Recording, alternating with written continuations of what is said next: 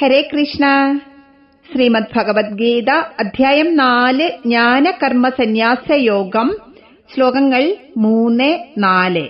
സ ഏവായം മയാ തേദ്യ യോഗ പ്രോക്ത പുരാതനഃ ഭക്തോസി മേ സഖാ ചേതി രഹസ്യം ഹേതദുത്തമം. അർജുന ഉവാച അപരം ഭവതോ ജന്മ പരം ജന്മ വിവസ്വതഃ കഥമേതദ്വിജാനീയാം ത്വമാദൗ പ്രോക്തവാനിതി.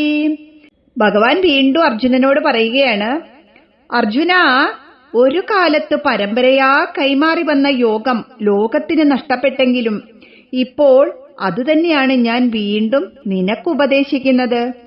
ഇത് വളരെ ശ്രേഷ്ഠവും രഹസ്യവുമാണ്. എങ്കിലും എന്റെ പ്രിയമിത്രമെന്ന നിലയ്ക്കും എന്റെ അചഞ്ചലനായ ഭക്തനെന്ന നിലയ്ക്കും നിന്നിൽ നിന്ന് ഇത് മറച്ചു വയ്ക്കാൻ എനിക്കാവില്ല. യുദ്ധം ആസന്നമായിരിക്കുന്നുവെന്നും യുദ്ധപടകങ്ങൾ മുഴങ്ങിക്കഴിഞ്ഞുവെന്നും ഞാൻ ഓർമ്മിക്കായികയല്ല അർജുന.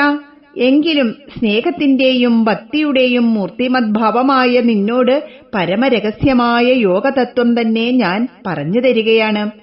ഈ കർമ്മയോഗം എന്റെ ജീവിതത്തിന്റെ തന്നെ മഹാരഹസ്യമാണ് അർജുന.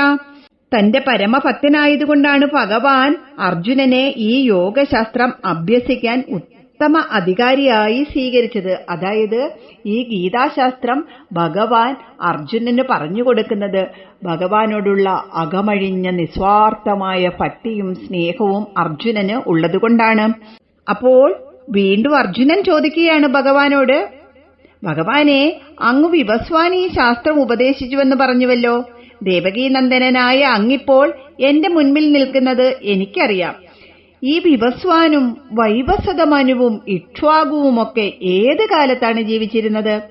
അവരുടെ ജീവിതകാലം കഴിഞ്ഞിട്ട് ഒരുപാട് ആണ്ടുകൾ കഴിഞ്ഞില്ലേ?